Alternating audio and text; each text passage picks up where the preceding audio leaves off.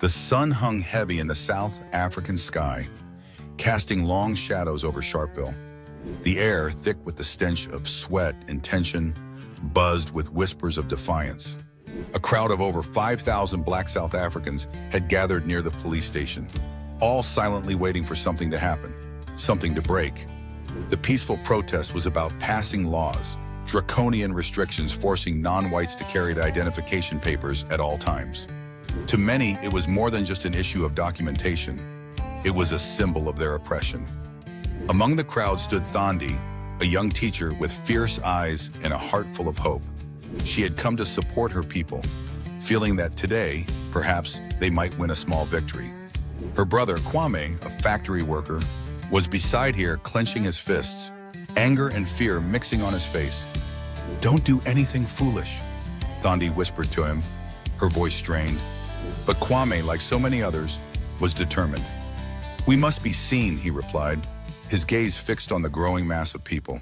The tension mounted. The police, a line of white officers in helmets and armed with rifles, stood just a few yards away. They watched the crowd with suspicion, waiting for a single spark to ignite the flames of violence.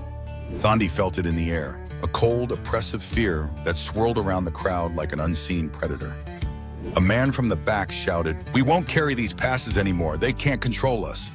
The crowd murmured in agreement, their collective anger rising. In the distance, Captain Jansen, the officer in charge, watched with a cold gaze from behind the police lines. His fingers tightened around his rifle. Just then, a loud voice boomed over a loudspeaker, calling for calm. It was Father Michael, a priest who had come to mediate. He stood on a makeshift platform, his hands raised, trying to urge the protesters into peaceful submission. But the calm didn't last. A stone whizzed through the air, hitting a police officer. The crowd roared in anger, and then the police opened fire. Thandi's heart stopped as the first shots rang out. Her body jerked instinctively, pushing Kwame behind a nearby car for cover. Blood splattered the dirt, staining the ground that had been home to the oppressed for generations. Screams filled the air as the protesters scattered in every direction. But there was nowhere to hide. Kwame grabbed Thandi's arm. "We have to get out of here," he shouted. But before they could move, the police came charging at them. Thandi's breath was coming in ragged gasps as she looked around. In the chaos, she saw Mandla, a man she had once trusted. He was standing near the front of the protest, watching the brutality unfold with a grim smile. "Mandla, no!" Thandi called out, her voice breaking. But Mandla's expression was cold, his eyes unblinking. He was the reason the police knew about today's protest. He had informed them, betrayed them all. Thandi's heart twisted as she realized that his loyalties had never been with the people he had once claimed to fight for. Amid the gunfire, Thandi and Kwame ran. They weaved through the chaos, dodging bodies, avoiding bullets, their hearts pounding in their chests.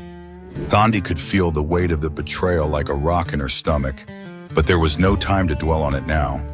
They reached the edge of the crowd, only to be confronted by more police. Thandi froze. At that moment, time seemed to slow down.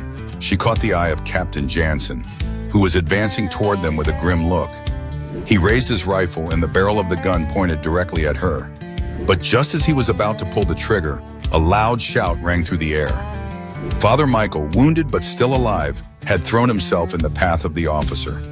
"No more bloodshed!" he cried, his voice hoarse. The distraction gave Thandi and Kwame enough time to slip into the alleyway, breathing heavily but alive. Later that night, the streets of Sharpeville were eerily quiet.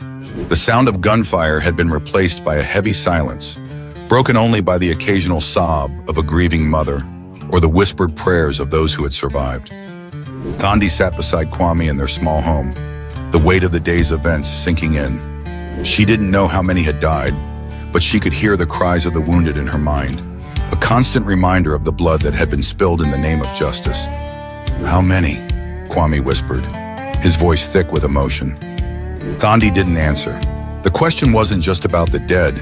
It was about the future and whether there would ever be hope for a country that seemed so determined to crush the spirit of its people. Outside, the sounds of a distant police siren echoed through the night, but in Sharpeville, the real fight was just beginning. The next morning, a newspaper headline screamed, "Police fire on unarmed protesters, 69 dead in Sharpeville Massacre." But Thandi knew the real story wasn't in the numbers. The real story was in the faces. The young faces of those who had died for something they believed in. She stood in front of her home, staring at the sunrise. As the first light touched the land, she made a vow. She would never forget those who had died, and she would make sure the world never forgot either. In the shadows, Mandla watched from a distance. He knew the police were looking for him, but he didn't care anymore. He had sold his soul for survival, but Thandi's resolve made him question everything. Would it haunt him? Would he ever be able to live with the blood on his hands? Like and subscribe for more.